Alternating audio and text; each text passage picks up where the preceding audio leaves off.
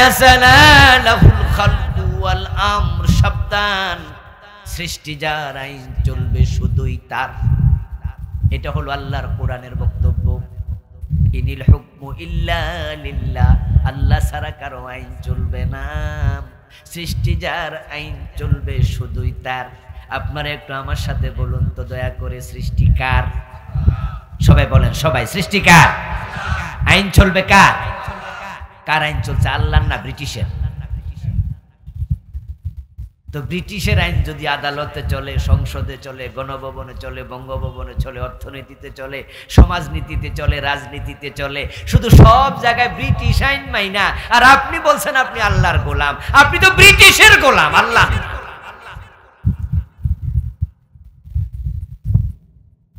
মাহফিলে এসে ওয়াজ শুনবেন, বছর 1-2 বার মাহফিল করাবেন, ওয়াজ শুনে দায়িত্ব শেষ। এটা না, যে কোরআনের কথা এতক্ষণ পর্যন্ত বলছি, এই কোরআনকে বাস্তবে সমাজে কায়েম করার জন্য আপনাকে ভোট দিতে হবে, চেষ্টা করতে হবে। এমন নেতার পিছনে হাঁটবেন যেই নেতা সংসদে গেলে আল্লাহর কোরআনের আইন কায়েম হবে। আর চোর ডাকাতের পিছনে হাঁটবেন, তাহলে আখেরাতে দেখা যায় আপনিও চুরির মামলার আসামি হবেন। বলবেন আল্লাহ আমি তো চুরি করি নাই। আল্লাহ বলবে চোরকে সাপোর্ট করছস তো, তাই চুরি করলে যে গুনাহ, সাপোর্ট করলে সেই গুনাহ। দ্বিতীয় পরামর্শ, ইফতারের আগে দোয়ার সিস্টেম ঘরে চালু করে দেবেন। রমাদানে ইফতারের পূর্বে আল্লাহ দোয়া ফিরিয়ে দেন না। ছেলে মেয়ে বৌজি একসাথে বসবেন। মা বোনরা আজকের মাহফিলের ওখানে প্যান্ডেলে আছেন, আপনাদেরকে অনুরোধ করব, ইফতারি বানাইতে বানাইতে দোয়ার সময়টা মিস করবেন না। 10 মিনিট আগে ইফতারি বানানো কমপ্লিট করে ফেলেন। ঘরে যারা 4-5 জন সদস্য, 3-4 জন আছেন, বসবেন। বসে ইফতারের আগে ইফতারি সামনে নিয়ে আল্লাহর কাছে চাইবেন। তখন আল্লাহ দোয়া ফিরাবে না। একদিন আপনি হাত তোলেন, একদিন আপনার মেয়েকে বলেন, বড় মেয়েটাকে, মা তুমি হাত তোলো, তুমি দোয়া করো, আমরা আমিন আমিন বলবো। একদিন আপনার স্ত্রী হাত তুলবে, আপনারা আমিন আমিন বলবেন। একদিন বড় ছেলেটা হাত তুলবে, আপনারা আমিন আমিন বলবেন। ঘরের মাঝে দোয়ার একটা সিস্টেম চালু করে দেন। একদিন হয়তো আপনি থাকবেন না, কিন্তু দোয়া চলতে অভ্যাস চালু করে দেন। রমাদান উপলক্ষে দান সাদাকা বাড়াইয়া দেবেন। রমাদানে কোনো ফকির যেন বাড়ি থেকে পায় না ফিরে একজনও না যায়। যাদের দোকান আছে, দোকানে ভাঙতি টাকা রেখে দেবেন। রমাদান উপলক্ষে 5 টাকার কয়েন বেশি করে রেখে দেবেন, ভাঙতি টাকা রেখে দেবেন, বেশি বেশি দেবেন, বেশি বেশি দেবেন। রমাদানে বারাকাতের মাস, একটা নফল একটা ফরজের সমান হয়। একটা ফরজ 70টা ফরজের সমান, বিশাল। অনেকে বলে দোকানে হুজুর দিতে দিতে বিরক্ত হয়ে যায়। আমাকে বলেছে এমন ভাই আছে যে হুজুর রমাদান মাসে ব্যবসা করব না ফকির বিদায় করব বুঝি না, শুধু লাইন ধরে আসে, বিরক্ত হয়ে যায়। আমি বলি দোস্ত বিরক্ত হইও না। আচ্ছা যে ফকিরটা ভিক্ষা নেয় সে কি নিয়ে বিরক্ত হয়? কয় না না, এটা আমি দিলে আরেক দোকানে যায়, এই দোকান থেকে আরেক দোকানে। আমি বলি লক্ষ্য করে দেখবেন ভাই, এমন ফকিরও আছে যে লাঠিতে ভর দিয়ে ভিক্ষা করছে, হাঁটতে পারে না, একবারে দুর্বল, ক্ষীণকায়, জীর্ণ শীর্ণ, অথবা পায়ে ব্যথা, সে ভর দিয়ে দিয়ে হাঁটে, কিন্তু সে নিয়ে বিরক্ত হচ্ছে না। আপনি দিলে সে আপনার থেকে নিয়ে আরেক দোকানে যায়, সেখান থেকে আরেক দোকানে যায়, বেশি পাচ্ছে তাই সারা দিন ভিক্ষা করছে। যে নিয়ে নিয়ে হেঁটে হেঁটে বিরক্ত হয় না, আপনি এক চেয়ারে বসে দিতে দিতে বিরক্ত কেন হন? আসমানের মালিক যদি চাইতো তার জায়গায় আপনাকে, আপনার জায়গায় তাকে বসাতে আল্লাহর একদিনও লাগতো না।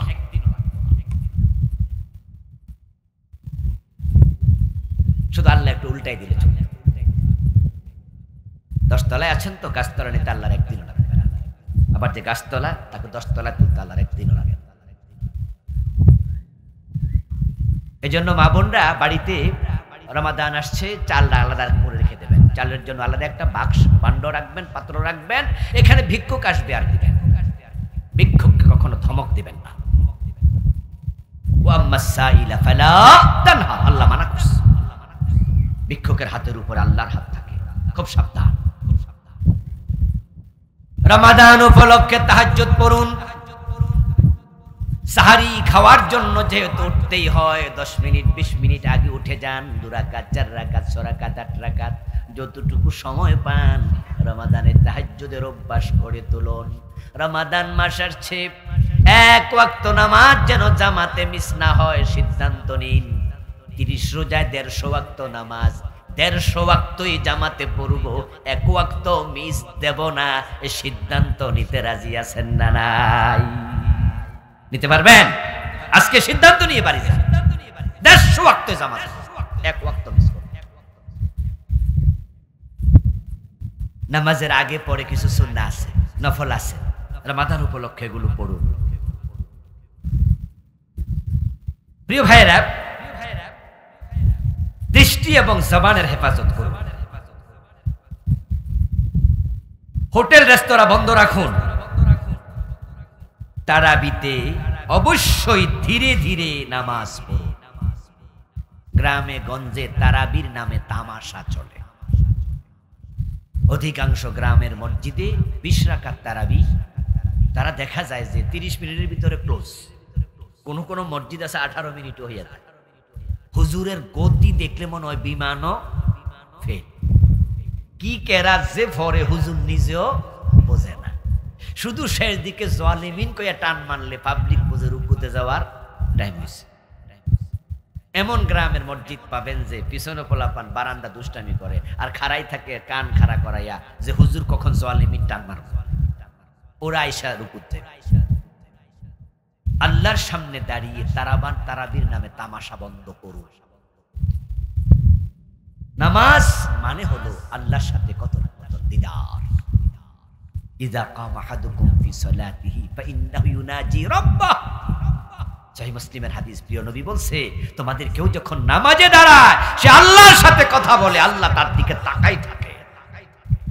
আরশের মালিকের সামনে তুমি দাঁড়িয়ে কিসের তাড়াহুড়া?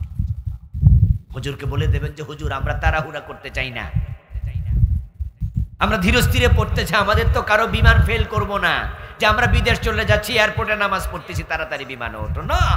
রমাদান আসছে, ইবাদতের মাস, কিসের তাড়াহুড়া? লাগুক না 1 ঘন্টা, অসুবিধা কি? আপনার জীবনের সবচেয়ে দামি সময় যেটা, সেটা হচ্ছে নামাজের ভিতরে যে সময়টা কাটে, এর চেয়ে দামি সময় আর। হুজুররা তাড়াহুড়া কেন করে জানেন? হুজুররা জানে আস্তে আস্তে পড়াইলে মুসল্লি থাকবো না, আর মুসল্লি কমে গেলে বেতন দিব কেডা? হুজুরের না বউ আছে, পেট আছে, পিঠ আছে, বাচ্চা আছে। আপনারা যদি সাহস যোগান যে হুজুর আমরা আসি, আমরা যাইতাম না, আমরা আসি আপনার লোক, রিজিকের মালিক রাজ্জাক, যারা যায় জাগা, আমরা আসি, 10 টাকার জায়গা 20 টাকা দেবেন। হুজুরদের পিছন থেকে 2-4 জন ভালো মানুষ একটু ইয়ে করেন, একটু ব্যাকিং দেন, হুজুরকে বলেন যে হুজুর আমরা আসি, আল্লাহ ভরসা। মসজিদগুলোতে ধীরস্থির ভাবে তারাবি পড়বেন, ধীরস্থির ভাবে সুন্দর করে করে ইতিকাফের পরিকল্পনা করুন। রমজান আসছে, শেষ দশকে ইতিকাফ।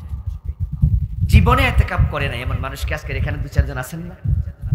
আমার রাসূলের সুন্নাহ কি জানেন? তিনি ইতিকাফ কখনো ছাড়েন নাই,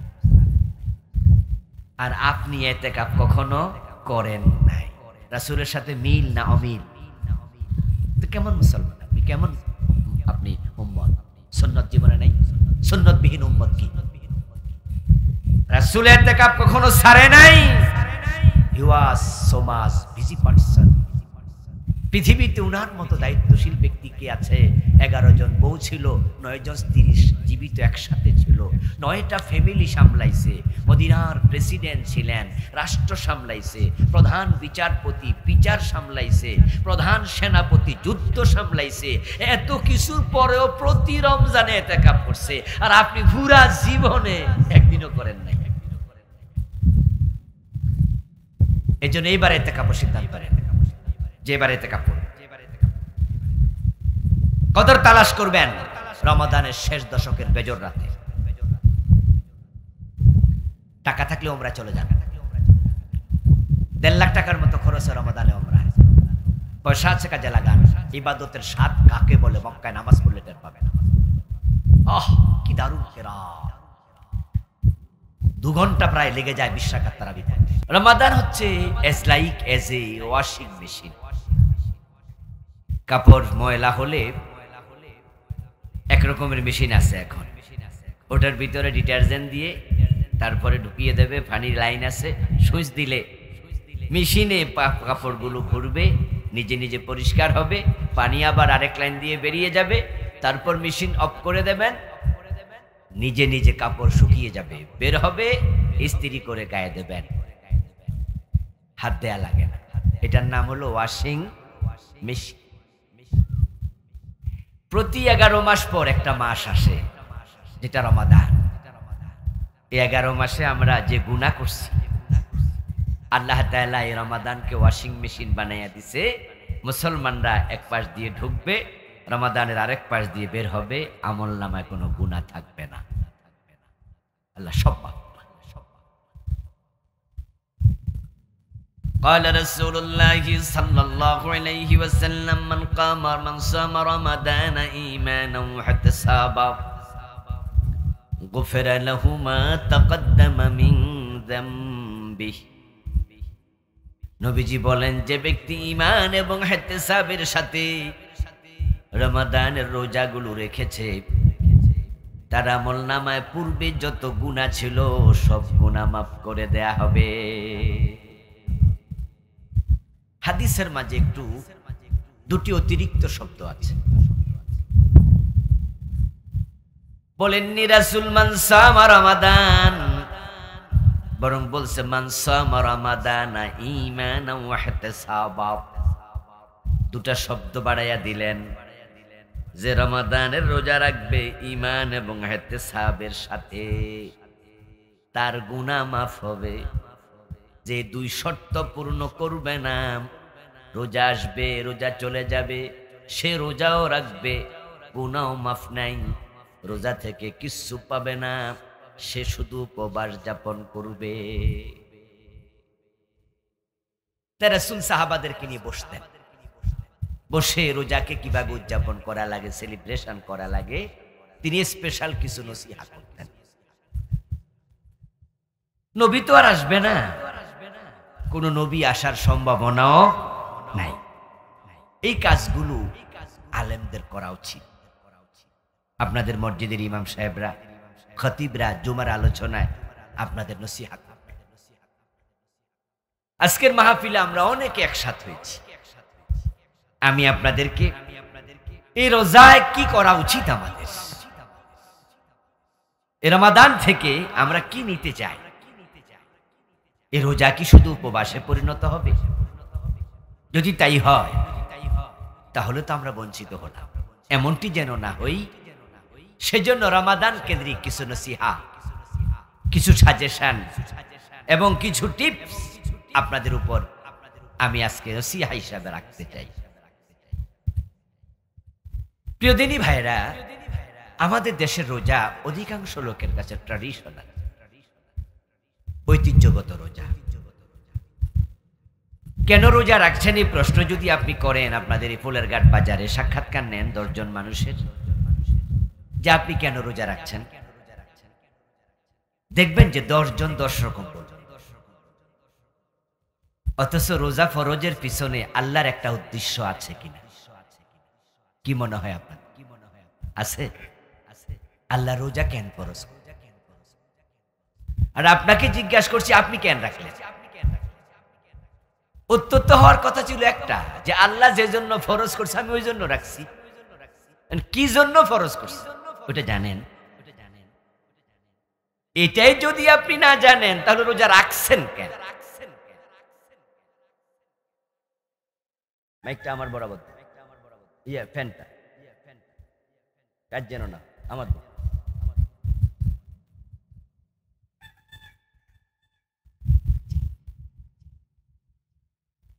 আবার কাছে আবার চলে যাচ্ছে, আরো আগে দেন, আমার দিকে বরাবর যেন থাকে আর কি, একটু খেয়াল রাখেন। আচ্ছা প্রিয় ভাইরা, উদ্দেশ্য পালনে যা ব্যর্থ হয়, সে জিনিস ডাস্টবিনে নিক্ষিপ্ত হয়। রাসূলুল্লাহ বলছেন, কাম মিন সাইমিন লাইসা লাহু মিন সিয়ামিহি ইল্লা যামআ। এমন অসংখ্য রোজাদার আছে যাদের রোজা শুধু উপবাস। ওয়া কাম মিন কাইমিন লাইসা লাহু মিন কিয়ামিহি ইল্লা সাহর। এমন অসংখ্য রাতে তাহাজ্জুদ গুজার, অসংখ্য কিয়ামুল লাইল পালনকারী, তারাবি আদায়কারী, যাদের এগুলো শুধু ঘুম নষ্ট হবে, আল্লাহর পক্ষ থেকে তারা কিচ্ছু পাবে না। অসংখ্য এমন। বাতাস লাগছে না, একটু আগায় দাও তাহলে, ঘেমে যাচ্ছি তো, আর একটু আগায় দাও, কাছাকাছি না দাও। আমার হাতে একটা মোবাইল আছে, আপনাদের হাতেও আছে অনেক। যিনি এই মোবাইল বানিয়েছেন তার উদ্দেশ্য ছিল তারবিহীন কাছের কথা দূরে পৌঁছাবে। যদি মোবাইলে টিপ দিলে কল না যায়, কেউ টিপলে আপনার কাছে কল না আসে, তাহলে এই মোবাইল লইয়া লইয়া আপনি হাঁটবেন না ফালাই দিবেন? কথা বলুন। উদ্দেশ্য পূরণে ব্যর্থ, ফেলে দাও।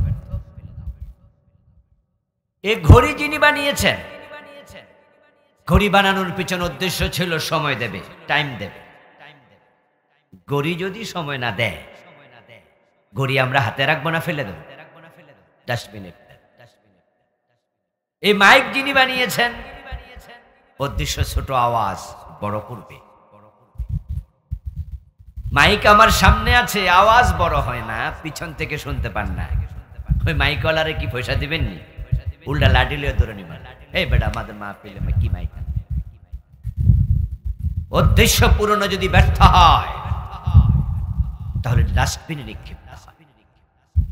কতজনের রোজা আল্লাহ ফেরেশতাকে বলবেন এটা ডাস্টবিনে ফেলাই দাও। কারণ তারা রোজা কেন রাখে এটাই জানে না। রমাদান মাস আসবে, কিছু কিছু মানুষের মাসালা শুনে আমরা অবাক হই, মাঝে মাঝে ভাবি কি দারুণ মুত্তাকি মানুষ রে, কি দারুণ অনুভূতি। বলে কি, হুজুর রোজার দিন অজু করি, অজু করার পরে গুলি করে পানি ফেলাইয়া দেই, অজু শেষে থু থু করে জিহবায় যে পানি আছে না ওটাও ফেলে দেই, তারপরে হুজুর টেনশন থাকে কিছু পানি থেকে যায় কি, রোজার ক্ষতি হবে কিনা। মাশাআল্লাহ, কত বড় মুত্তাকি, রোজা নিয়ে কত ভাবে। হাতের মাঝে ঘড়ি, ইফতারের 5 মিনিট আগে দাদা নাতিকে বলছে এই কয় মিনিট আছে রে? নাতি বলছে দাদা 5 মিনিট। 1 থেকে 1.5 মিনিট পরে নাতি আবার জিগায় কি খবর, আর কত? নাতি বিরক্ত হয়ে কয় দাদা খাইলাম, আর 3 মিনিট আছে, কিছুই বল। নাতিকে বলে দাদা কি কইলি, একবারে থাপ করতে, রোজা ভাঙবো আমি? 3 মিনিট আছে, সারাদিন রাখছি, আর তুই কস খাইলাও, হইলো এটা কথা? খাবো কেন? সূর্য ডুবার পরে, ইফতারের আগে না। আচ্ছা সামনে খাবার আছে, পেটে ক্ষুধা আছে, ঘরের দরজা বন্ধ করে খান কোনা না, আল্লাহ দেখে, খাওয়া যাবে না। পিপাসায় কাতর হয়েছেন, পুকুরে ডুব দিয়েছেন গোসল করার জন্য, এক ঢোক খেয়ে নেন, দুনিয়ার কেউ টের পাবে না। না না, রোজার দিন আল্লাহ দেখবে। আহ কি তাকওয়া, আমি ঘড়ির হাতের দিকে বারবার তাকাই, খাই না, সূর্য ডুবলো কিনা, সামনে পানি আছে পান করি না, ঘরের দরজা বন্ধ করেও আমি খাই না, আল্লাহ দেখবে। কিন্তু এই লোকগুলো যারা পানি খায় না, ভাত খায় না, তাদের কাছে আমার প্রশ্ন যে এই পানি খাওয়া হারাম কত ঘন্টা? 14 ঘন্টা না 15 ঘন্টা? ইফতার করার পরে তো পানি খাওয়া যায় নাকি? তা কি হারাম? সূর্য ডোবার পরে ভাত খাওয়া যাবে না? হারাম। আচ্ছা তাহলে ভাত খাওয়া হারাম কয় ঘন্টা? বলে না কত? কয় ঘন্টা? 12 ঘন্টা, 14 ঘন্টা? পানি খাওয়া হারাম কয় ঘন্টা? সুদ খাওয়া হারাম কয় ঘন্টা? ওটা রমজানে কেউ খায় না। বাংলাদেশের সুদ রমজানে বন্ধ থাকে, ঠিক না? আচ্ছা পানি খাওয়া হারাম 14 ঘন্টা, তাই ঘড়ির দিকে বারবার তাকায় যে না পানি খাওয়া যাবে না, আল্লাহ নিষেধ করেছে। আচ্ছা ঘোষ খাওয়া হারাম কয় ঘন্টা? অফিসে ঘোষ চলবে না রমাদানে, ঠিক না? সব রোজাওয়ালা ঘোষ খাওয়া বন্ধ করে দেবে, ওজনে কম দেবে না, মালেও বেজাল দেবে না, মানুষ ঠকাবে না, মিথ্যা বলবে না, গীবত করবে না, এগুলো তো নিষেধ। রমাদানে খাওয়াও তো নিষেধ দিনের বেলা। এখন রোজাওয়ালা কি বুঝলো? সে বুঝলো ভাত খাওয়া যাবে না, পানি খাওয়া যাবে না, কিন্তু সুদ খাওয়া, ওটা অসুবিধা নেই, গোশও খাওয়া যাবে, ওজনও কম দেওয়া যাবে, মালেও বেজাল দেওয়া যাবে, ঠিক আগের মতো মিথ্যা কথা বলা যাবে। শুধু খাওয়া যাবে না, শুধু পানি পান করা যাবে না। এটার নাম রোজা। তুমি রোজা বোঝোই।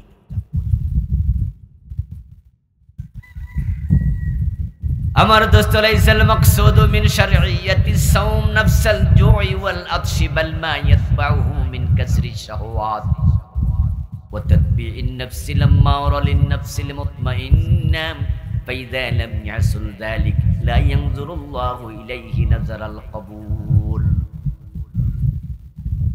বিশ্ববিখ্যাত মুফাসসির আল্লামা কাজী নাসিরউদ্দিন বাইজাবি রাহমাতুল্লাহি আলাইহি বলেন, মানুষকে ক্ষুধা এবং পিপাসায় কষ্ট দেওয়ার জন্য রোজা ফরজ করা হয় নাই।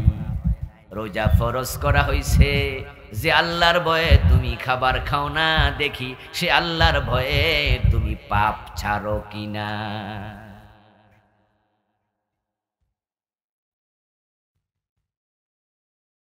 যে আল্লাহ বলছে সুম্মা তিম্মুস সিয়ামা ইলাল লাইল, সুবহে সাদেকে খেয়েছো, সাহারি খেয়েছো, তুমি সূর্য ডুবা পর্যন্ত রোজা পূর্ণ করো, মাঝখানে আর খাইও না।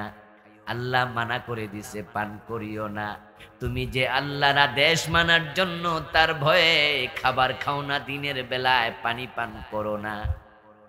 আল্লাহ দেখতে চায় এ রোজার সিস্টেমটা অন্য অন্য জায়গায় প্রয়োগ করো কিনা। যদি তুমি আল্লাহর ভয়ে পাপাচার ছাড়তে না পারো, শুধু পানাহার ছেড়েছ, তোমার পানাহার ছাড়ার কোনো প্রয়োজন নাই। এটার নাম রোজা না।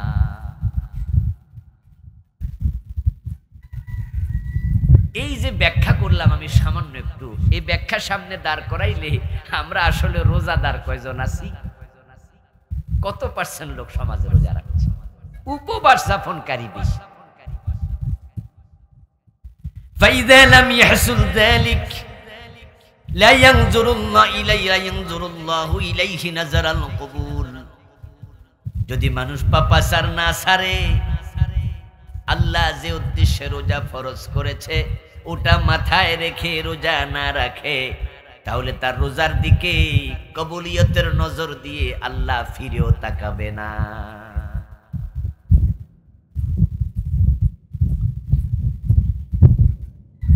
রোজা কেন ফরজ হলো? সাক্ষাৎকার নেবেন ফলের ঘাট বাজার, 10 জনে 10 রকম বলবে। একজন বলবে রোজা সবাই রাখে, আমিও রাখি।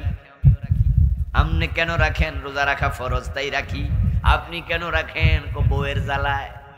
কি কইলেন এসব? হ্যাঁ, বউ কইছে রোজা না রাখলে দিনের বেলায় ভাত রান্না করা হবে না, তো ফান্তা ভাত খাওয়ার সে রোজা রাখাই পালা, তাই রাখছে।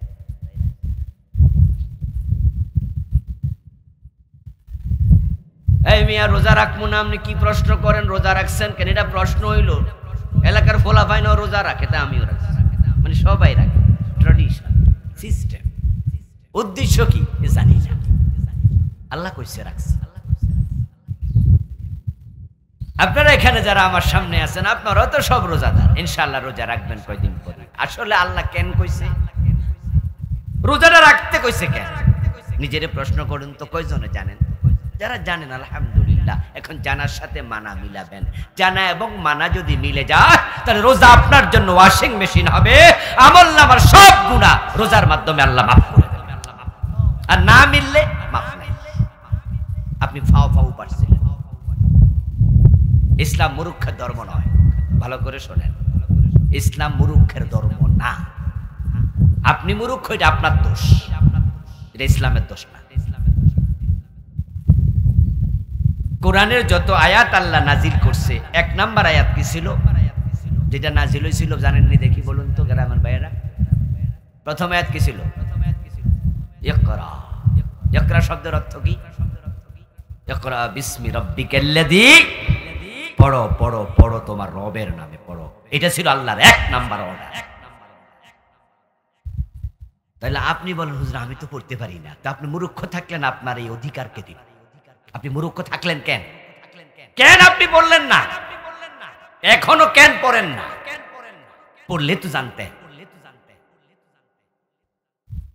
এ জানি না করতে করতে আল্লাহ পর্যন্ত চলে যাবেন আপনি, বয়স 60 বছর, 70 বছর, 80 বছর। মাত্র 7 বছরে কোরআনের হাফেজ, 8 বছর বয়সে হাফেজ হয়ে গেছে।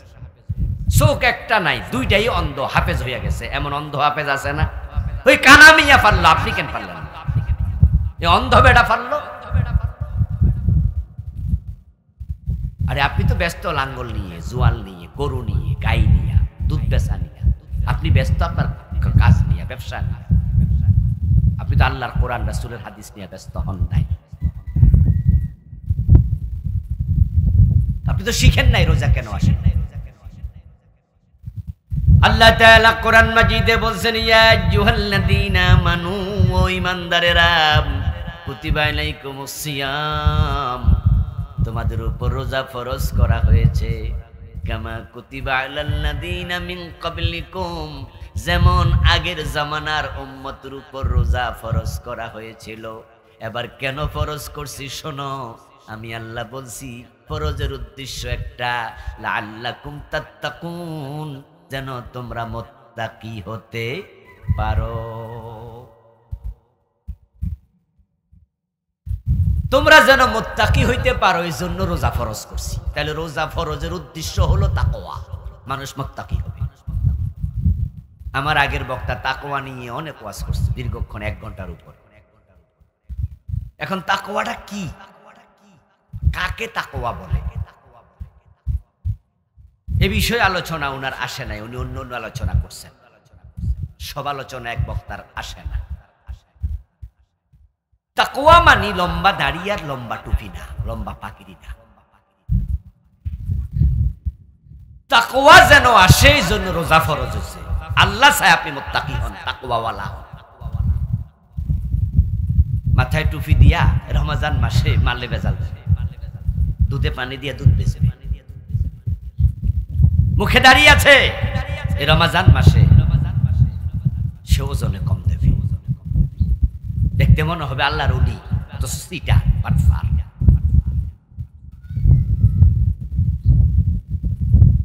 লিবাসে তাকওয়া আছে, চরিত্রে তাকওয়া নাই। তাকওয়া সুরতের নাম নয়, তাকওয়া সিরতের নাম।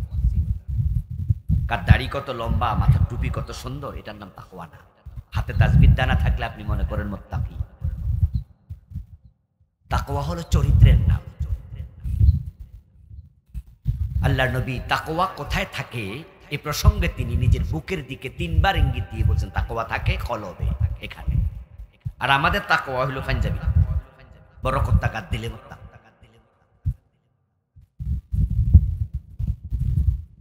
ওমর ইবনে আব্দুল আজিজ রাহিমাহুল্লাহ বলেছেন, লাইসাত তাকওয়া বিকিয়ামিল লাইলি ওয়ালা বিসিয়ামিন নাহারি ওয়ালাকিন্নাত তাকওয়া তারকু মা হারামাল্লাহ ওয়া আদাউ মা ইফতারাদাল্লাহ। ইসলামের পঞ্চম খলিফা যাকে বলা হয় ওমর ইবনে আব্দুল আজিজ রাহিমাহুল্লাহ, অনেক বড় মাপের মুহাদ্দিস আলেম ছিলেন। উনি বলছে, তোমরা তো দিনে রোজা রাখতেছো, রাতের বেলা তাহাজ্জুদ পড়বা, কিয়ামুল লাইল করবা, তারাবি পড়বা, ভাবছো তুমি মুত্তাকি। বলছে রোজা রাখা, রাতে তারাবি পড়ার নাম তাকওয়া না। লাইসাত তাকওয়া, এটা তাকওয়া না। তো তাকওয়া কি একটু পরে আমি বলছি, শিখবেন, জানবেন, নিজের সাথে মিলাবেন। যদি নিজের সাথে মিলে তাহলে রোজা থেকে কিছু পাবেন, আর না রোজা আসবে, রোজা চলে যাবে, আপনি কিছু পাবেন না। আল্লাহর জমিনে মাটি 2 প্রকার। এক প্রকার মাটি আকাশ থেকে বৃষ্টি বর্ষিত হওয়ার পর যে পানি ধরে রাখে, আরেক প্রকার মাটি আছে তার উপরে বৃষ্টি যদি 2 ঘন্টা 10 ঘন্টাও হয়, বৃষ্টির পরে 1 ফোঁটা পানিও নাই, শক্ত মাটি। পাথর, এটাও মাটির অংশ। পাথরের উপর যদি বৃষ্টি হয় লাগাতার 1 দিন, বৃষ্টি শেষ, 2-4 মিনিট পরে পানিও শেষ। আবার এই মাটি কাদা মাটি আছে, পানি জমে যাবে। এ দুনিয়ার মানুষের অন্তর দুরকম। একদল মানুষ আছে যাদের অন্তর রমাদান পাবে, তাকওয়া বেড়ে যাবে, মুত্তাকি হয়ে যাবে। আবার একদল মানুষ রোজা রাইখাও মুত্তাকি হবে না, তাদের অন্তরে তাকওয়া ঢুকবেই না। যারা রোজা পেল, তাকওয়া পেল না, তারা হতভাগা। আমরা হতভাগা হতে চাই না।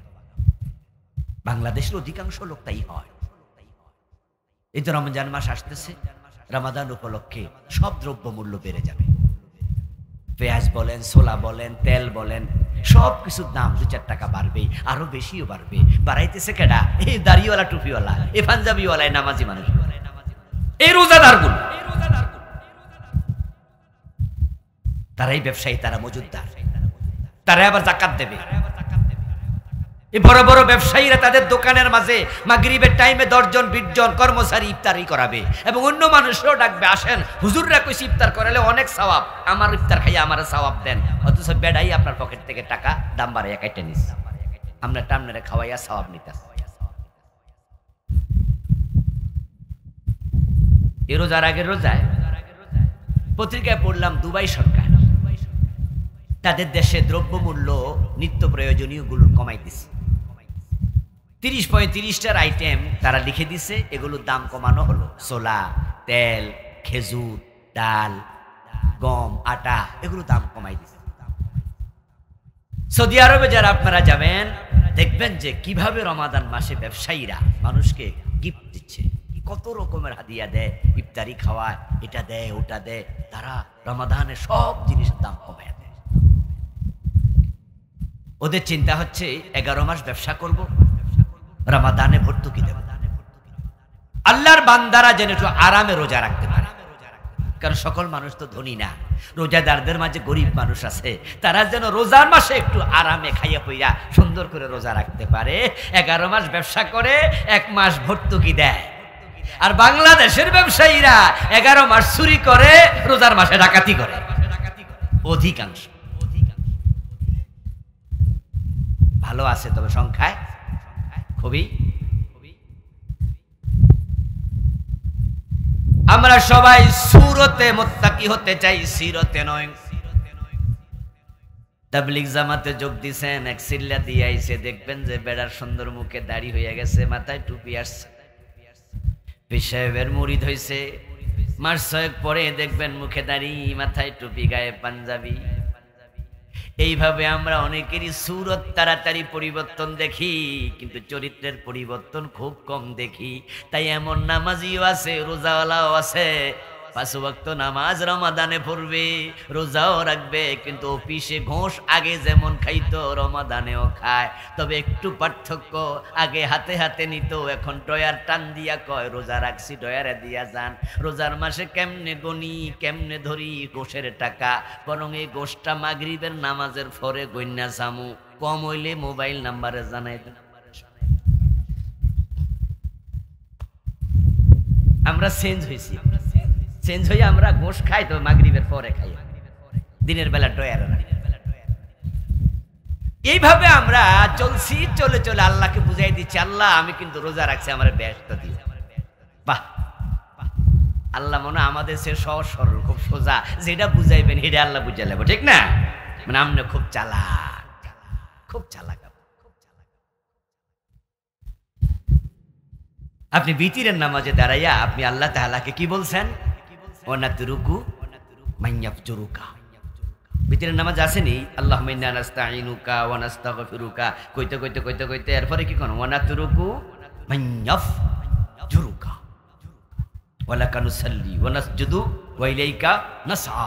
বলতে বলতে আপনি এগুলো আল্লাহরে বলতেছেন, কিছু কথা বলছেন, আল্লাহ আমি তোমার গোলাম, আমি তোমার জন্য নামাজ পড়ি, আমি তোমার শুকরিয়া করি। ওয়ানাতরুকু মাইয়াফজুরুকা, এবং যারা সমাজে খারাপ মানুষ আছে না, পাপী, আমি ওদের সাথে চলি না। বাহ বাহ, আপনি কি ভালো মানুষ, আল্লাহরে কইতেছেন, পাপীর সাথে আপনি চলেনই না। অথচ এশারের নামাজে আসার আগে সাদকান একসাথে বাটফারের সাথে জাগাইছেন, মাগরিবের পরে হ্যান্ডশেক করছেন আরেক বাটফারের সাথে, ওর লোক বন্ধুত্ব আপনার চলা, গলায় গলায় ভাব। এই যে মিছিল করে আসছেন মাগরিবের পর অমুকের নির্বাচনী মিছিলে, যেই লোকটা গাঁজা খায়, বিড়ি জানে, জানেন যে লোকটা বংশ, আর আপনি ওর কর্মী। যারা এই দেশে আলেমের বুকে গুলি চালিয়েছে, ফাঁসি মেতে শাপলা চত্বরে আলেমদের গুলি দিয়েছে, আল্লামা সাইদিকে 13 বছর জেল খাটাইছে, বড় বড় 11 জন ইসলামী নেতাকে ফাঁসিতে ঝুলাইছে, যারা কোরআনওয়ালাদের ঘাড় চেপে ধরেছে, গলা চেপে ধরেছে, আপনি ওদের দলের কর্মী।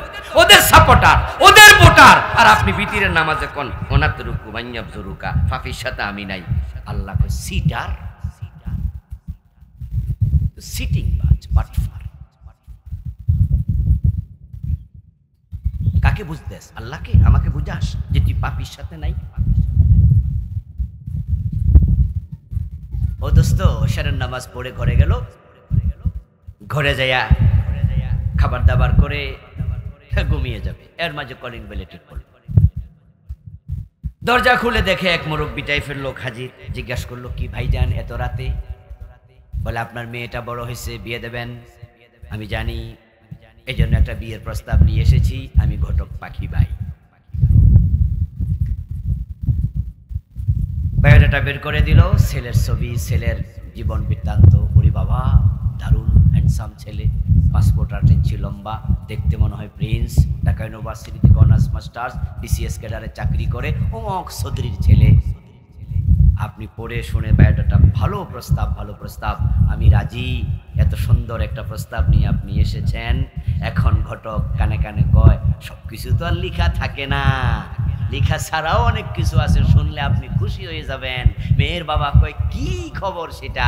বলে যে ছেলে গুলশানে বাড়ি বানাইছে একটা 6 তলা। আপনি বুদ্ধিমান চালাক মানুষ, মেয়ের বাবা নামাজি মানুষ, এইমাত্র এসা পড়ে আসছেন। আল্লাহকে বলছেন অনাদরুকু মাইয়াবজুরুকা, পাপির সাথে আপনি নাই, এইমাত্র বইলে আসছেন। আপনি জানেন যে একজন বিসিএস ক্যাডারে চাকরিজীবী, ইয়াং একটা পোলা, চাকরির বয়স 4 বছর 5 বছর, মাসে বেতন পায় কত টাকা? 22,000 টাকা স্কেল, সর্বসা করলে 35,000। তাহলে 6 তলা বাড়ি বানাইলো কি দিয়া? টাকা এসে করতে? আপনি বুঝতে সামান্য কষ্ট হয়নি যে গোশখোর অফিসার, দেশের টাকা মাইরা খায়। আপনি তো নামাজি, মাত্র আল্লাহর সাথে বলে গেলেন যে আপনি পাপির সাথে নাই। বলা উচিত ছিল ভাই, এই জাতীয় ছেলে হইলে বাঁধতেন। গোশখোরের কাছে মাইয়া বিয়ে দেবো না। আমি মাইয়ারা কোনোদিন হারাম খাওয়াই নাই। আমি কৃষক, আমি একজন চাকরিওয়ালা, আমি একজন টিচার। আমি হালাল খাওয়া কামাই করে আজীবন মাইয়া খাওয়াইছি। হারাম যে বেটা আমার মেয়েরে খাওয়াবে আর আমার মেয়ে তার ঘরে গিয়ে হারাম খাবে, ওই হারাম খাওয়া মেয়ের পেট থেকে হাসান হোসাইনের জন্ম হবে না, ডিপজলের জন্ম, এরশাদ শিকদারের জন্য। এমন ছেলের কাছে মেয়ে বিয়ে দেব না। যান, তাহলে তোমার নামাজের কথা আর বাস্তব জীবনে তুমি আল্লাহওয়ালা মুত্তাকি। যে আল্লাহর ভয়ে রোজা রাখছো, খাবার ছেড়েছ, সে আল্লাহর ভয়ে সুদ ছেড়ে দাও, ঘুষ ছেড়ে দাও, ওজনে কম দেয়া ছেড়ে দাও, মালে বেজাল দেয়া ছেড়ে দাও, দুধে পানি মিশায় না, মানুষ ঠকায় না। তাহলে এটা রোজা, এটা সাওম, এটা তাকওয়া। না, আপনি খুশি? বাহ, এমন সুন্দর জামাই পাইছি, মাশাআল্লাহ, আমি রাজি, যান বিয়ে ঠিক করেন। ওই গোশখোর ছেলের কাছে বিয়ে ঠিক করলেন। 2 মাস পরে বিয়ে দিলেন। দমদ একবারে রমরমা অবস্থা, বিশাল অনুষ্ঠান করে বিয়ে দিয়ে ওই গোশখোর জামাইয়ের হাতে মাইয়ারে তুলে দিলেন। তারপরে আবারও সেদিন সারাদিন পরিশ্রম, মাগরিবের পরে গোসল, আবার এশারের নামাজ, তারপরে বিতিরে দাঁড়ায় আবার বলছেন ওয়ানাতরুকু মাইয়াবজুরুকা, আল্লাহ পাপির সাথে আমি নাই। আল্লাহর সে আজিম থেকে বলে, বাটফার, মাইয়া তুলে দিলি কার হাতে? পাপির সাথে নাই তুই। মিথ্যা বলার জাগার খুঁজে পাইলি না? মসজিদে এসে কই ওযু কইরা আমার সামনে খাড়াই। এই মুসলমান, প্রতিদিন তো আপনি আপনার রবের সাথে কমিটমেন্ট করছেন, কথাটাই বলছেন। যাদের মুখে একটা, কাজে আর একটা, কথা কাজে মিল নাই, তাদেরকে কি বলে? বলেন না, বলেন না, কি বলে? কথা কাজে মিল নেই, তাকে কি বলে? এবার নিজের দিকে একটু তাকান যে আপনার কথা কাজে কতটুকু মিল রেখে চলছেন। আজকের মাহফিলে বসে আছেন, সুদে টাকা লাগাইছেন, এমন সুদখোর 2-1 নাই? আচ্ছা, এখানে বাপ মরছে, মা মরছে 5-7 বছর আগে, এখনো বোনের হক দেন নাই, বোনের হক দেয় না, এমন জালেম ভাই এ সমাজে নাই? জাল দলিল করছেন, পরের জমি দখল করে বসে আছেন। রোজা রেখে জান্নাত খোঁজেন, জান্নাত। আরে চৈত্র মাসের দুপুরেও রোজা রাখে কত কষ্ট করে বেহেশত পাওয়ার আশায়। অথচ হাদিস হলো মান কাতা মিরাত ওয়ারিসিহি কাতা আল্লাহু মিরাতাহু মিনাল জান্নাহ। যে ব্যক্তি তার ওয়ারিসের মিরাস হক কেটে নেয়, আল্লাহ তার জান্নাত কেটে নেয়। মাথায় টুপি আছে, রোজাও রাখছে, ফজরের নামাজ জামাতে পড়া ওই নামাজি ওই রোজাওয়ালা কোদাল কান্দে নিয়ে খেতে যায়। ধান লাগাবে তো ক্ষেতের পাশ পরিষ্কার করছে, আইলগুলো ক্লিয়ার করছে, ঘাস উঠছে, ঘাস কাটবে, কিন্তু কোদাল দিয়া কোপ মারে আইলের মাছ বরাবর ক্ষেত বড় বানায়। লাইলা ছিল সোজা, কোবাইয়ার লাইন লাইল বাঁকা করে আসে না, আসে না। কারণ ভাবছেন তো ধান গাছটা লাগাইলে এক লাইন বাইরে যাবে, ধান বাড়বে।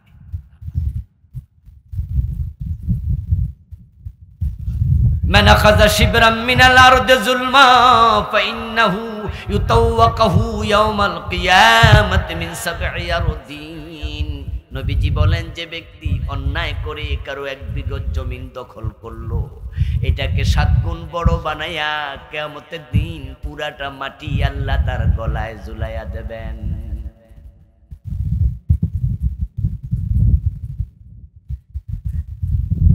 قال رسول الله صلى الله عليه وسلم من أكل درهم ربا وهو يعلم أنه أشد من 36 زنا।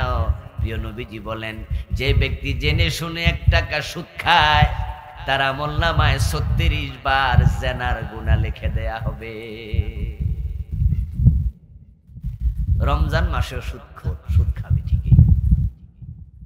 ওই যে সোনালী ব্যাংকে টাকা রাখছেন, জনতা ব্যাংকে রাখছেন, মাসে মাসে সুদ খাচ্ছেন, অথবা পাবলিকের কাছে লাগাইছেন, 1 টাকা সুদ খাবেন 36 বার জানা। রোজার মাসে জানা করছে দিনের বেলা। 1 টাকা সুদ খেলে 36 বার জানা, 100 টাকা সুদ খেলে 3600 বার জানা, 1000 টাকা সুদ খেলে 36,000 বার জানা। অন্য হাদিসে পাওয়া যায়, সুদ খেলে 73টা বড় বড় গুনাহ হয়, সবচেয়ে ছোট গুনাহটা হলো নিজের মায়ের ইজ্জতে হাত দেয়া।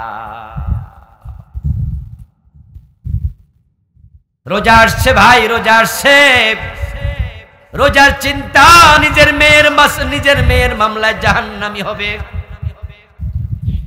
কত বাবা নিজের ছেলের মামলায় জাহান্নামী হবে, তার কোনো হিসাবই নাই।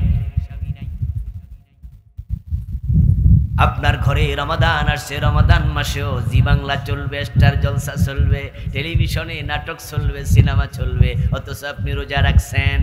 এমন অনেক রোজাওয়ালা আছে নিজেরা রমাদানের ভিতরে সিনেমা চাইব, সময় কাটে না তাই মোবাইলে নাটক চাইব, তাসের আড্ডায় বসে তাস খেলবে, জুয়ার আড্ডায় জুয়া খেলবে, অথচ রোজা রাখছে। এই রমজানে কি দাড়ি কামানো বন্ধ হবে? দাড়ি কামাইবো, দাড়ি কামানো কবিরা গুনাহ, রোজা রাইখা দাড়ি কামাবে। রমজান মাস সিগারেট খাবে, ইফতার কইরাই তাড়াতাড়ি 1 কান খাইয়ে লইব, তারাবি যাওয়ার আগে দিয়া, তারাবি নামাজ পড়ে আরেকটা খাইব, সাহারি খাইয়া আরেকটা খাইয়া তারপরে ঘুমাইব। অসুবিধা কি? রাতে না খাইছি, দিনে তো খাই নাই, অথচ সিগারেট খাওয়া তো কবিরা গুনাহ, এটা তো নিষিদ্ধ কাজ। রোজার মাসে কেমনে কবিরা গুনাহ চলবে? সিগারেটের মাঝে জাহান্নামের 3টি লক্ষণ একসাথে মিলে, 3টি উপাদান বিড়ির ভিতরে একসাথে, একটা হলো আগুন, আরেকটা হলো ধোঁয়া, আরেকটা হলো দুর্গন্ধ। জাহান্নামের ভিতরে 3টাই আছে, আগুনও আছে, ধোঁয়াও আছে, দুর্গন্ধ আছে।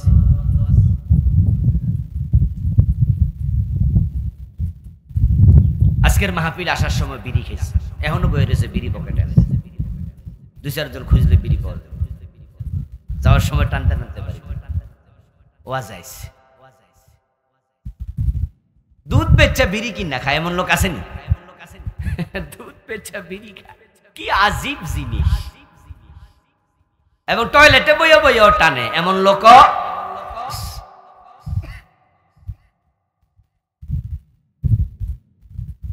আল্লাহ বলছে ওয়াত্তাকুন নার, আগুন থেকে দূরে থাকো, আগুন থেকে বাঁচো, আগুন থেকে সরো, আগুন খারাপ জিনিস, এটা জ্বালাইতে আসছে, এটা চরিত্রই খারাপ। একান্ত প্রয়োজন ছাড়া আগুনের কাছে যেও না, আগুন থেকে দূরে থাকো। ওয়াত্তাকুন নার আল্লাতী ওয়াকুদুহা আন-নাস ওয়াল হিজারা উইদ্দাত লিল কাফিরিন। আমি কাফিরদের জন্য আগুন বানাইছি, জাস্ট তোমাদের কিছু দুনিয়ার উপকার হবে এই জন্য আগুন দুনিয়া পাঠাইছি। তবে দূরে থাকো আগুন থেকে। ঘুমানোর সময় রাসূল বলছে আগুনটা নিভাইয়া ঘুমাও। হিন্দু যখন মারা যায় তখন হিন্দুদেরকে আগুন দিয়ে পোড়াইয়া দেয়, আর হিন্দুদেরকে যখন আগুন দিয়ে পোড়ায় তখন আগুনটা শুরুতে কোথায় দেয় জানেননি? মুখে দেয়। ইয়েস, মুখাগ্নি বলে এটা। হিন্দুদের মুখে আগুন দেয়। আচ্ছা বলুন তো, হিন্দু মিয়ার মুখে যে আগুন দিল মরার আগে দিছে না পরে? আর যে বিড়ি খায় হে কখন দেয়? মরার আগেই দেয়। আচ্ছা হিন্দু মিয়ার আগুনটা হে নিজে দিছে না অন্য মানুষে দিছে? আর যে বিড়ি খায় নিজেরটা নিজে দেয়। আগুনের সাথে যার এত সম্পর্ক সে আগুন থেকে বাঁচবে কিভাবে? রোজা আসছে, এখন তাকওয়া নিতে হবে। হারাম ছেড়ে দেন, ফরজ ধরেন। এখনই তাকওয়াটা কোথায় থাকবে? অন্তরে থাকবে। এখন অন্তরের কি খবর? অন্তর তো কালো হয়ে আছে অনেকে। হাদিস হলো ইযা আযনাবাল মুমিন কানাত নুকতাতুন সাওদাউ ফি কলবি। যখন মানুষ গুনাহ করে তখন তার অন্তরে একটা কালো দাগ পড়ে। একটা করলে একটা, দুটা করলে দুটা, 10টা করলে 10টা, 100 করলে 100টা। আমরা এখানে অনেকে আছি আমাদের গুনাহ 100 200 না লাখ লাখ, তো পুরা অন্তর তো কালো হয়ে আছে। তাকওয়া থাকবে কেমন? তাকওয়া তো ঢুকার জায়গায় নেই। এজন্য আসুন না আমরা আজকে একটু অন্তরটা পরিষ্কার করে বাড়ি যাই। আপনারা গ্রামের মানুষ, বুঝবেন ভালো উদাহরণ দিলে। দুধ যখন আমরা দহন করি তখন যে বালতিতে আমরা দুধ দহন করে রাখি, দুধ কম হোক, half KG, 1 KG, 2 KG, 3 KG, এক এক গাই এক এক রকম দুধ দেয়, কম বেশি হতে পারে। কিন্তু বালতিতে যদি ময়লা থাকে দুধ বেশি হইয়াও লাভ নাই, কম হইয়াও লাভ নাই। ওই ময়লা বালতিতে রাখলে ফেলে দাও দুধ। এটা বরং মানুষের জন্য ক্ষতিকর হবে। এই দুধ খাইলে ওটা খারাপ করবে, বদহজম, অথবা এটা আপনার জন্য দেহের জন্য ক্ষতিকর, বিষক্রিয়া করবে। এই জন্য আপনারা যারাই দুধ দহন করেন, আমি একজনকেও এমন পাবো না যে ময়লা বালতিতে দুধ রেখেছে, বরং সব মানুষ আগে কমপক্ষে বালতিটা একটু ধুয়ে নেয়, মুছে নেয়। কারণ সে জানে তো দুধটা আমি এখানে রাখবো, এটা আমি খাবো, আমার বাচ্চারা খাবে, অথবা আমি বিক্রি করব। এখন ময়লার মাঝে দুধ রাখলে এটা তো ঠিক হবে না। বালতি পরিষ্কার করো, দুধ পরে কতটুকু হবে দেখা যাক, কিন্তু বালতি আগে ধো। রোজা থেকে আমরা সবাই সমান তাকওয়া পাবো না, সবার আমল একরকম হবে না, কিন্তু যতটুকু পান অতটুকু যেন কলবে জাগা হয়। এই জন্য কলবটা আগে ধুয়ে মুছে পরিষ্কার করা দরকার আছে কিনা। কলব নষ্ট, তাকওয়া ঢুকবে না। এখন কলব কেমনে পরিষ্কার করবেন? قال رسول الله صلى الله عليه وسلم لكل شيء سقالة وسقالة القلوب ذكر الله। কাপড় পরিষ্কার, ময়লা হয়েছে সাবান দিয়ে ধুন, পরিষ্কার হবে। লোহায় জং ধরেছে, রেত দিয়ে ঘষা মারেন, পরিষ্কার হবে। স্বর্ণে ময়লা জমেছে, স্বর্ণকারের কাছে নেন, এসিড দিয়ে ধৌত করবে, পরিষ্কার হবে। এখন কলবে ময়লা, ওটা পরিষ্কার করবেন কিভাবে? রাসূল বলেন কলব পরিষ্কার করার জন্য ওষুধ হলো আল্লাহর জিকির, তাওবা, ইস্তিগফার। আল্লাহকে আজকে বলে দেবেন যে আল্লাহ, যে গুনাহ আমি আগে করতাম না এগুলোর সাথে আমি আর নাই, আমি ছেড়ে দিলাম, তুমি আমারে মাফ করো। সত্যিকার অর্থে যদি সিদ্ধান্ত নিতে পারেন, কলব আল্লাহ আজকে পরিষ্কার করে দেবে। কলব আল্লাহর 2 আঙ্গুলের মাঝখানে। কিন্তু আপনি রোজাও রাখবেন, সুদও খাবেন, রোজাও রাখবেন, গোশও খাবেন, ঠিক আগের জীবন যেমন রোজার মাসেও তেমন। এই রোজা আপনার অন্তরে কিচ্ছু দেবে না, এটা ফাও। এখন আমার এই শক্ত ওয়াজ শুনে মনে মনে সিদ্ধান্ত নিলেন তাহলে যা রোজাই রাখতাম না। কারণ হুজুর যে ওয়াজ করতেছে তো দেখতেছি লক্ষণ বেশি ভালো না, তো যা রোজাই রাখতাম না। আচ্ছা আপনি রাগ করে যদি রোজা ছাইরা দেন, আল্লাহর ক্ষতি হবে না আপনার ক্ষতি হবে না? আল্লাহর কোনো ক্ষতি আছে? তো লস তো আপনার। এই যে রাগ দেখাইবেন তো কার লগে দেখাবেন? কার লগে? আপনি আর আমি যদি রোজা না রাখি, নামাজ না পড়ি, আল্লাহকে আর না ডাকি, আল্লাহর কিচ্ছু আসে যায় না। পৃথিবীর সবচেয়ে ধনী মানুষ, তার নাম ইলন মাস্ক। সে একজন খ্রিস্টান, অমুসলিম অথবা ইহুদি, তার ধর্মের ব্যাপারে আমার জানা নাই, তবে সে অমুসলিম অতটুকু আমি নিশ্চিত। এই ইলন মাস্ক সে আল্লাহ বলে একদিনও ডাকে না, এতে আল্লাহর কিছু আসে যায় না। পৃথিবীর সবচেয়ে ক্ষমতাশীল রাষ্ট্র আমেরিকা, তার প্রেসিডেন্ট ডোনাল্ড ট্রাম্প, সে একজন খ্রিস্টান, জীবনে আল্লাহ বলে একদিনও ডাকে নাই, এক ওয়াক্ত নামাজ পড়ে নাই, একটা রোজা রাখে নাই, আল্লাহর কিছু আসে যায় না। তো আপনি তো ইলন মাস্কের মতো ধনীও না, ট্রাম্পের মতো ক্ষমতাওয়ালাও না, তো আপনি যদি আল্লাহরে রাগ দেখাইয়া রোজা ছাইরা দেন, আল্লাহর কি আসে যায়? এই জন্য আপনি রাগ দেখাইয়া রোজা ছাড়বেন তা নয়, বরং আপনি সিদ্ধান্ত নেন যে আমি অপরাধগুলো ছেড়ে দেব, এটা আপনার জন্য কল্যাণ। আসলে আপনি যতই সুদ খান, আজরাইল আইসা গেলে আর খাইতে পারবেন না। যতই গোশ খান, এটি কিন্তু সারণ লাগবো। এই গোশের টাকা পকেটে লইয়া কবরে যাইতে পারবেন না। পাবলিক কিন্তু সব রাইখা দিব, হাতের ঘড়ি, পকেটের মানি ব্যাগ, গায়ের জামা, হাতের আংটি সব খুলে রেখে দেবে। তুমি যতই হারাম খাও, কবরে নেয়ার কোনো সুযোগ নাই, তোমাকে সব রেখে যেতেই হবে। যেহেতু ছেড়ে যেতেই হবে, এজন্য আজকেই হারাম ছাড়ার সিদ্ধান্ত নেও।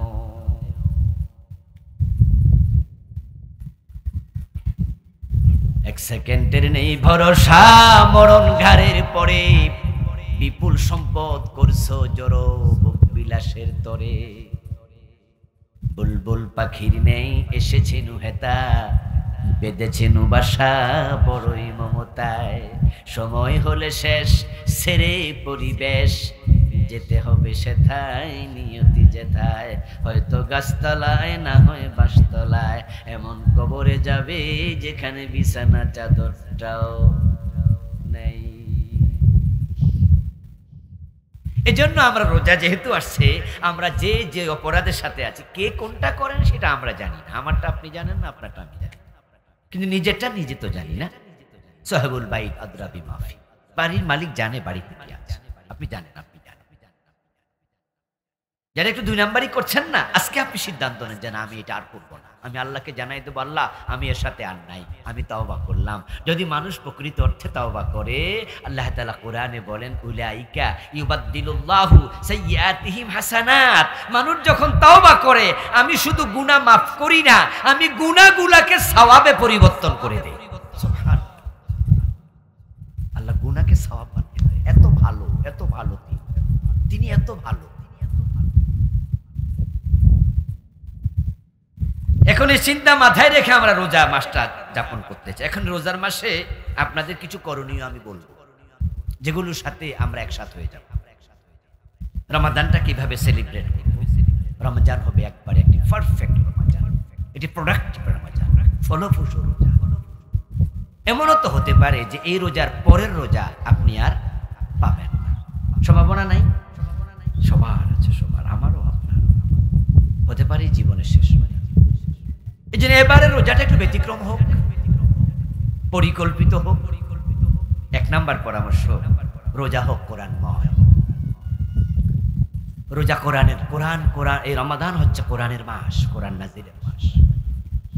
আমার সামনে এখানে অনেকে আছেন কোরআন পড়তে পারেন না, এই রমাদানে কোরআন আপনি শিখবেনই, সিদ্ধান্ত নেই। 1 মাস লাগে না কোরআন পড়তে। মেধা যদি ভালো হয় 15-20 দিনে কোরআন পড়া যায়। মেধা যদি একটু ঢাল হয়, হয়তো মাসখানেক লাগবে, অথবা লাগুক না 2 মাস 4 মাস। রমজানে শুরু হয়ে যাক। কোরআন পড়া নফল না ফরজ? কথা বলে না ভাইয়েরা, নফল না ফরজ? ফরজ। যারা কোরআন পড়তে পারে না, হাসরের ময়দানে তারা অন্ধ, আল্লাহ তাদেরকে অন্ধ বানিয়ে তুলবে। যারা কোরআন পড়েননি, পড়তে পারেন না, কোরআন ধরেননি, রাসূল আপনাদের বিরুদ্ধে আল্লাহর কাছে মামলা দেবে, বিচার দেবে। আল্লাহ তার বিচার তুমি করো, সে কোরআন পড়ে নাই, কোরআন ছেড়েছে। এই দুটা মেসেজ আমি কোরআন থেকে দিলাম, আমার কথা নয়। ওয়ামান আরাদা আন যিকরি ফাইন্না লাহু মাঈশাতান দানকা ওয়া নাহশুরুহু ইয়াওমাল কিয়ামাতি আ'মা। আল্লাহ বলে, যারা আমার জিকির কোরআন ছেড়ে দিয়েছে, পড়ে নাই, শিখে নাই, বোঝে নাই, মানে নাই, আমি হাসরের দিন তাদেরকে অন্ধ বানাইয়া তুলব। ও মানুষ তখন আমাকে বলবে, রব্বি লিমা হাশারতানি আমা ওয়া কাদ কুনতু বাসীরা। আল্লাহ, আমি তো চোখওয়ালা ছিলাম, আমারে অন্ধ বানালে কেন? আল্লাহ বলেন, আমি জবাবে বলবো, কাযালিকা তাতকা আয়াতুনা ফানাসিতাহা। তোমার কাছে তো আমার কোরআনের আয়াতগুলো গিয়েছিল, তুমি তো সেগুলো ভুলেছিলে, আঁকড়াইয়া ধরো নাই। ওয়া কাযালিকাল ইয়াউমা তুনসা। আজকে তোমাকেও ভুলে গেলাম, তোমার মতো বান্দার সাথে আমার সম্পর্ক নেই। আল্লাহ বলবে, তুমি সরো। এজন্য কোরআন ধরেন, কোরআন পড়েন, এই রমাদানে কোরআন পড়েন। উঠাউটি করছেন কেন? কি কোরআন পড়বেন না নাকি? ভালো লাগে না? যাহ বাড়ি জায়গা।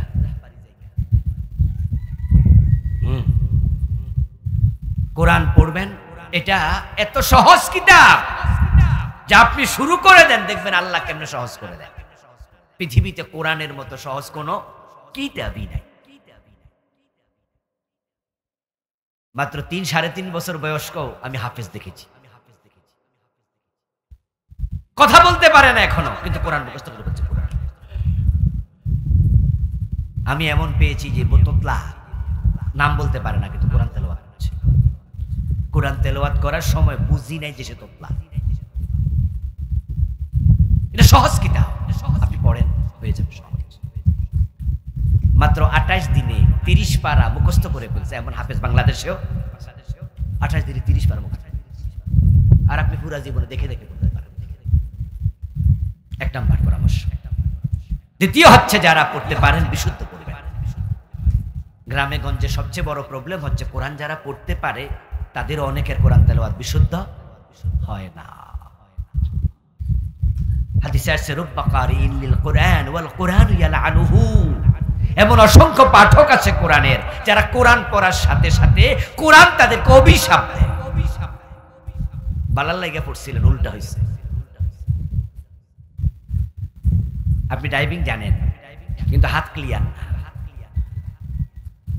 আপনি যদি হাত ক্লিয়ার না করে গাড়ি নিয়ে আপনি হাইওয়ে চলে যান, তাহলে অন্য গাড়ির তলে পড়ে মরে যাবেন, অথবা নিজে গাড়ি নিয়ে আরেকজনের গায়ে তুলে দেবেন। ঠিক যারা কোরআন বিশুদ্ধ পারেন না, তারা খতম করবেন না। যদি খতম শুরু করেন, কোরআনের বদদোয়ায় গজব হয়ে যাবে। কোরআন সারাক্ষণ অভিশাপ দেবে আপনাকে। কারণ হচ্ছে, কোরআনের কাফের জায়গায় কাফ, আইনের জায়গায় হামজা, হায়ের জায়গায় ছোট হা যদি উচ্চারণে ভুল হয়, তাহলে এমন জায়গাও আছে অর্থের আকাশ পাতাল ব্যবধান হবে। এমন জায়গা আছে যেখানে কুফরি হবে। ওয়ারাত্তিলিল কুরআনা তারতিলা। কোরআন পড়বেন বিশুদ্ধভাবে। এখন যারা কোরআন পড়েন তাদের কোরআন বিশুদ্ধ কিনা কিভাবে বুঝবেন? কেমনে বুঝবেন যে হুজুর 30 বছর ধরে পড়তেছি, বিশুদ্ধ না? কি কোন? এটা না। আপনি কত বছর পড়েন, এটা বিশুদ্ধ সার্টিফিকেট নয়। বিশুদ্ধের সার্টিফিকেট হলো একজন হাফেজ সাহেবকে শোনানো। মাওলানার কথা বলি নাই, কিন্তু হাফেজের কথা বলছি। কারণ মাওলানাদের মাঝেও বিশুদ্ধ হয় না এমন 2-4 জন মাওলানা আছে, কিন্তু হাফেজদের মাঝে সবার তেলাওয়াত বিশুদ্ধ, 100-100। এই জন্য আপনার এলাকায় একজন হাফেজকে আপনি অনুরোধ করবেন যে, হুজুর আপনি দয়া করে আমার 1 পৃষ্ঠা কোরআন শোনেন, আমি একটু পড়ি, আপনি একটু শোনেন। আপনি উনাকে 1 পৃষ্ঠা তেলাওয়াত করে শোনালেন। আর হুজুর যদি আপনাকে শোনার পরে বলে, হাফেজ সাহেব, যে না মাশাআল্লাহ আপনার তেলাওয়াত শুদ্ধ, তাহলে নিশ্চিন্তে আপনি এবার খতম শুরু করেন। রমাদানে প্রতিদিন কমপক্ষে 1 পারা পড়বেন, 30 দিনে 30 বার। এখন যারা বিশুদ্ধ তেলাওয়াত পারেন কিন্তু অর্থ জানেন না, অর্থবিহীন কোরআন পড়ে তাকে রাখার জন্য কোরআন আসে নাই। বরং আপনাকে কোরআনের অর্থ শিখতে হবে। যারা কোরআন পড়ে কিন্তু বোঝে না, কোরআনের ভাষায় আল্লাহ তাদেরকে বলছে গাধা।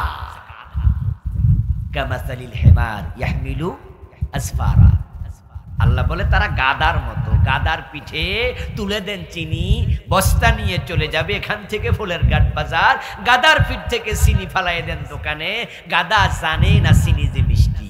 ঠিক যারা কোরআন পড়ে আল্লাহ কি বলেছে বোঝে না, জানে না। আল্লাহ নিজে বলছে কামাসালিল হিমার, এগুলো গাদা।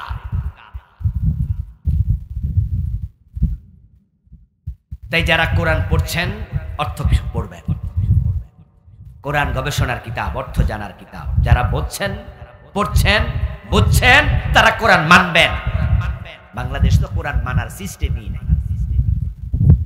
কোরআনে আছে চোর ধরে হাত কাটো।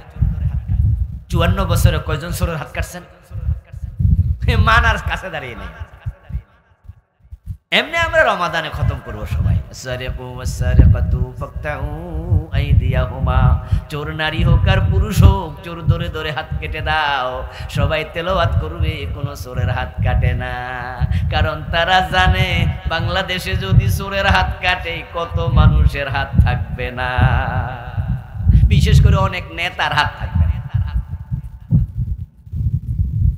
এই দেশের নেতারা এই পরিমাণ টাকা চুরি করে যেটা সাধারণ পাবলিক 2-10,000 মিলেও করে না, এক নেতা যা করে। আমাদের সাবেক প্রধানমন্ত্রী বলছে উনার বাড়ির ফিয়ন কত কোটি টাকার মালিক জানেননি আপনারা? 400 কোটি। চোর না ডাকাত? আমার প্রিয় ভাই, যদি বাড়ির ফিয়ন 400 কোটি টাকার মালিক হয়, তাহলে বাড়িওয়ালা কত কোটি টাকার মালিক? ও তো হিসাব ছাড়া, বিনা হিসাব। এজন্যই তো আমরা চোর ধরে হাত কাটার আইনের কথা বললে ওরা আমাদের রাজাকার বলে গালি দেয়। কারণ হচ্ছে ওরা জানে যে হাত কাটা শুরু হলে তাদের নিজেদের অনেকের হাত থাকবে না।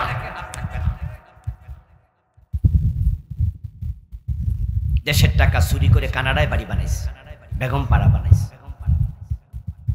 শুধু এস আলম গ্রুপ ইসলামী ব্যাংকের 18টি শাখা থেকে টাকা বিদেশে পাচার করেছে 80,000 কোটি। 80,000 কোটি। এস আলম গ্রুপ একা করে নাই। অর্থমন্ত্রী কি করছে, অর্থ সচিব কি করছে, গভর্নর কি করছে, ওরা কি খোঁজ খবর রাখে নাই?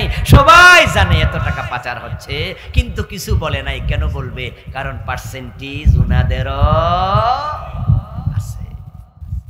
সবাই মিলে একসাথে খাইছে।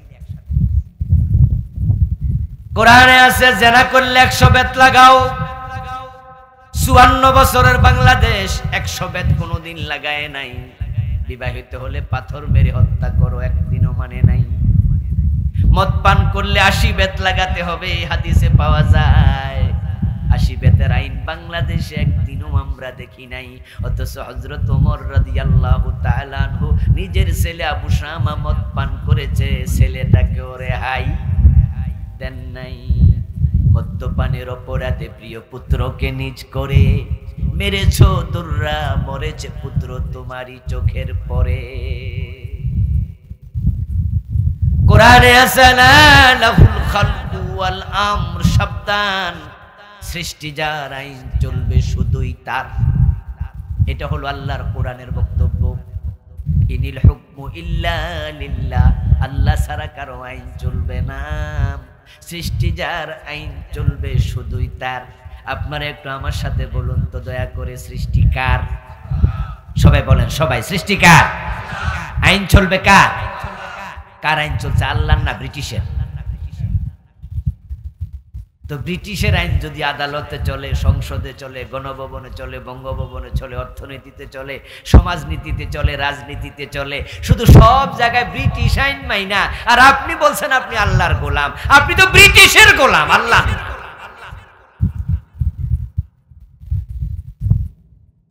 মাহফিলে এসে ওয়াজ শুনবেন, বছর 1-2 বার মাহফিল করাবেন, ওয়াজ শুনে দায়িত্ব শেষে, এটা না।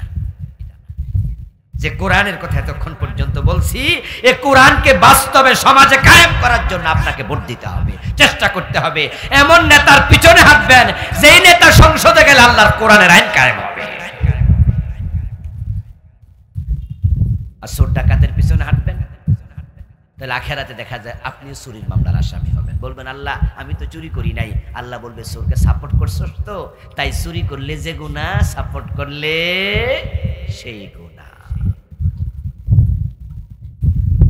দ্বিতীয় পরামর্শ, ইফতারের আগে দোয়ার সিস্টেম ঘরে চালু করে দেবেন। রমাদানে ইফতারের পূর্বে আল্লাহ দোয়া ফিরিয়ে দেন না। ছেলে মেয়ে বৌজি একসাথে বসবেন। মা বোনরাও আজকের মাহফিলের ওখানে প্যান্ডেলে আছেন, আপনাদেরকে অনুরোধ করব ইফতারি বানাইতে বানাইতে দোয়ার সময়টা মিস করবেন না। 10 মিনিট আগে ইফতারি বানানো কমপ্লিট করে ফেলেন। ঘরে যারা 4-5 জন সদস্য, 3-4 জন আছেন, বসবেন। বসে ইফতারের আগে ইফতারি সামনে নিয়ে আল্লাহর কাছে চাইবেন, তখন আল্লাহ দোয়া ফিরাবে না। একদিন আপনি হাত তোলেন, একদিন আপনার মেয়েকে বলেন, বড় মেয়েটাকে মা তুমি হাত তোলো, তুমি দোয়া করো, আমরা আমিন আমিন বলবো। একদিন আপনার স্ত্রী হাত তুলবে, আপনারা আমিন আমিন বলবেন। একদিন বড় ছেলেটা হাত তুলবে, আপনারা আমিন আমিন বলবেন। ঘরের মাঝে দোয়ার একটা সিস্টেম চালু করে দেন। একদিন হয়তো আপনি থাকবেন না, কিন্তু দোয়া চলতে অভ্যাস চালু করে দেন। রমাদান উপলক্ষে দান সাদাকা বাড়াইয়া দেবেন। রমাদানে কোনো ফকির যেন বাড়ি থেকে পায় না ফিরে একজনও না যায়।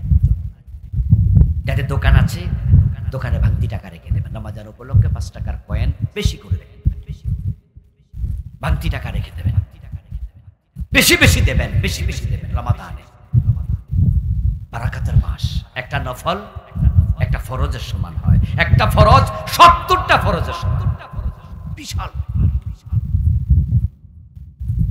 অনেকে বলে দোকানে হুজুর দিতে দিতে বিরক্ত হয়ে যায়। আমাকে বলেছে এমন ভাই আছে যে হুজুর রমাদান মাসে ব্যবসা করব না ফকির বিদায় করব বুঝি না, শুধু লাইন ধরে আসে, বিরক্ত হয়ে যায়। আমি বলি দোস্ত বিরক্ত হইও না। আচ্ছা যে ফকিরটা ভিক্ষা নেয় সে কি নিয়ে বিরক্ত হয়? কয় না না, এটা আমি দিলে আরেক দোকানে যায়, এই দোকান থেকে আরেক দোকানে। আমি বলি লক্ষ্য করে দেখবেন ভাই, এমন ফকিরও আছে যে লাঠিতে ভর দিয়ে ভিক্ষা করছে, হাঁটতে পারে না, একবারে দুর্বল, ক্ষীণকায়, জীর্ণ শীর্ণ, অথবা পায়ে ব্যথা, সে ভর দিয়ে দিয়ে হাঁটে, কিন্তু সে নিয়ে বিরক্ত হচ্ছে না। আপনি দিলে সে আপনার থেকে নিয়ে আরেক দোকানে যায়, সেখান থেকে আরেক দোকানে যায়, বেশি পাচ্ছে তাই সারা দিন ভিক্ষা করছে। যে নিয়ে নিয়ে হেঁটে হেঁটে বিরক্ত হয় না, আপনি এক চেয়ারে বসে দিতে দিতে বিরক্ত কেন হন? আসমানের মালিক যদি চাইতো তার জায়গায় আপনাকে, আপনার জায়গায় তাকে বসাতে আল্লাহর একদিনও লাগতো না।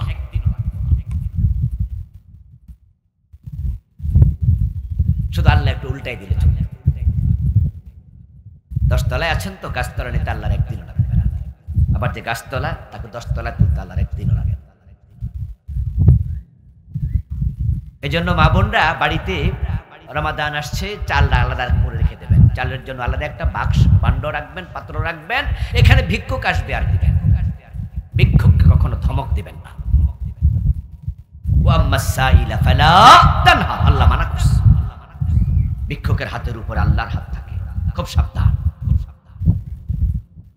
রমাদান উপলক্ষে তাহাজ্জুদ পড়ুন। সাহারি খাওয়ার জন্য যেহেতু উঠতেই হয়, 10 মিনিট 20 মিনিট আগে উঠে যান। 2 রাকাত 4 রাকাত 6 রাকাত 8 রাকাত যতটুকু সময় পান রমাদানের তাহাজ্জুদের অভ্যাস করে তুলুন। রমাদান মাস আসছে, 1 ওয়াক্ত নামাজ যেন জামাতে মিস না হয় সিদ্ধান্ত নিন। 30 রোজায় 150 ওয়াক্ত নামাজ, 150 ওয়াক্তই জামাতে পড়ব, 1 ওয়াক্ত মিস দেব না। এই সিদ্ধান্ত নিতে রাজি আছেন না নাই? নিতে পারবেন? আজকে সিদ্ধান্ত নিয়ে বাড়ি যান, 150 ওয়াক্ত জামাত, 1 ওয়াক্ত মিস করবেন। নামাজের আগে পরে কিছু সুন্নাহ আছে, নফল আছে, রমাদান উপলক্ষে এগুলো পড়ুন। প্রিয় ভাইয়েরা,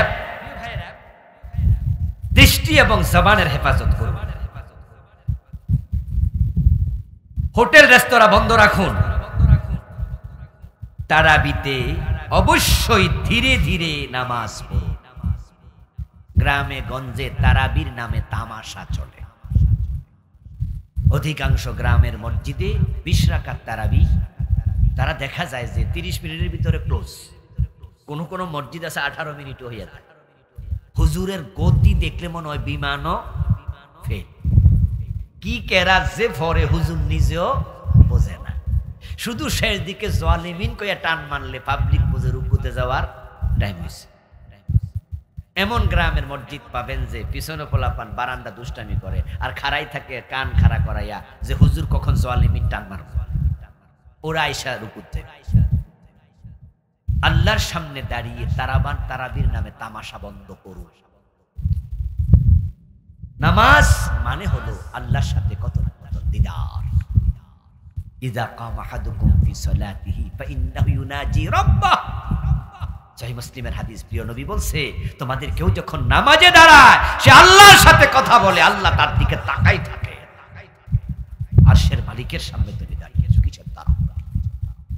হুজুরকে বলে দেবেন যে হুজুর আমরা তাড়াহুড়া করতে চাই না, আমরা ধীরস্থিরে পড়তে চাই, আমাদের তো কারো বিমান ফেল করব না যে আমরা বিদেশ চলে যাচ্ছি এয়ারপোর্টে নামাজ পড়তেছি তাড়াতাড়ি বিমানে ওঠো না। রমাদান আসছে, ইবাদতের মাস, কিসের তাড়াহুড়া? লাগুক না 1 ঘন্টা, অসুবিধা কি? আপনার জীবনের সবচেয়ে দামি সময় যেটা, সেটা হচ্ছে নামাজের ভিতরে যে সময়টা কাটে, এর চেয়ে দামি সময় আর। হুজুররা তাড়াহুড়া কেন করে জানেন? হুজুররা জানে আস্তে আস্তে পড়াইলে মুসল্লি থাকবো না, আর মুসল্লি কমে গেলে বেতন দিব কেডা? হুজুরের না বউ আছে, পেট আছে, পিঠ আছে, বাচ্চা আছে। আপনারা যদি সাহস যোগান যে হুজুর আমরা আসি, আমরা যাইতাম না, আমরা আসি আপনার লোক, রিজিকের মালিক রাজ্জা, যারা যায় জাগা, আমরা আসি, 10 টাকার টাকা 20 টাকা দেন। হুজুরদের পিছন থেকে 2-4 জন ভালো মানুষ একটু ইয়ে করেন, একটু ব্যাকিং দেন, হুজুরকে বলেন হুজুর আমরা আসি, আল্লাহ ভরসা। মসজিদগুলোতে ধীরস্থির ভাবে তারাবি পড়বেন, ধীরস্থির ভাবে সুন্দর করে করে ইতিকাফের পরিকল্পনা করুন। রমজান আসছে, শেষ দশকে ইতিকাফ। জীবনে ইতিকাফ করে না এমন মানুষকে আজকে এখানে 2-4 জন আছেন না? আমার রাসূলের সুন্নাহ কি জানেন? তিনি ইতিকাফ কখনো ছাড়েন নাই, আর আপনি ইতিকাফ কখনো করেন নাই। রাসূলের সাথে মিল না অমিল? তো কেমন মুসলমান আপনি, কেমন আপনি উম্মত? সুন্নাত জীবনে নাই, সুন্নতবিহীন উম্মত কি? রাসূল ইতিকাফ কখনো ছাড়ে নাই। He was so much busy person. পৃথিবীতে উনার মতো দায়িত্বশীল ব্যক্তি কে আছে? 11 জন বউ ছিল, 9 জন স্ত্রী জীবিত একসাথে ছিল, 9টা ফ্যামিলি সামলাইছে, মদিনার প্রেসিডেন্ট ছিলেন, রাষ্ট্র সামলাইছে, প্রধান বিচারপতি বিচার সামলাইছে, প্রধান সেনাপতি যুদ্ধ সামলাইছে। এত কিছুর পরেও প্রতি রমজানে ইতিকাফ করছে, আর আপনি পুরা জীবনে একদিনও করেন নাই।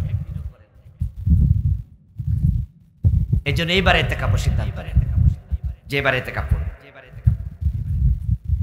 কদর তালাশ করবেন রমাদানের শেষ দশকের বেজর রাতে। টাকা থাকলে ওমরা চলে যান, 1.5 লাখ টাকার মতো খরচ রমাদানে ওমরা। পয়সা আছে কাজে লাগান। ইবাদতের স্বাদ কাকে বলে মক্কায় নামাজ পড়লে টের পাবেন। আহ কি দারুণ কেরাত! 2 ঘন্টা প্রায় লেগে যায় 20 রাকাত তারাবি পড়তে। কিয়ামুল লাইলে শেষ দশকে কিভাবে যে সময় কাটে, সারা রাত মানুষ ঘুমায় না। নামাজের মজা কাকে বলে আল্লাহর ঘরে গেলে পাবেন। রাসূল বলছে আল উমরাতু ফি রমাদানা তাআদিলু হাজ্জাতান। যে ব্যক্তি রমাদানে উমরা করে আল্লাহ তাকে হজের সমপরিমাণ সওয়াব দেয়। সুবহানাল্লাহ। আসুন না প্রিয় ভাইরা, রমাদানটাকে আমরা ঠিক সুন্নাহর আলোকে সেলিব্রেট করি।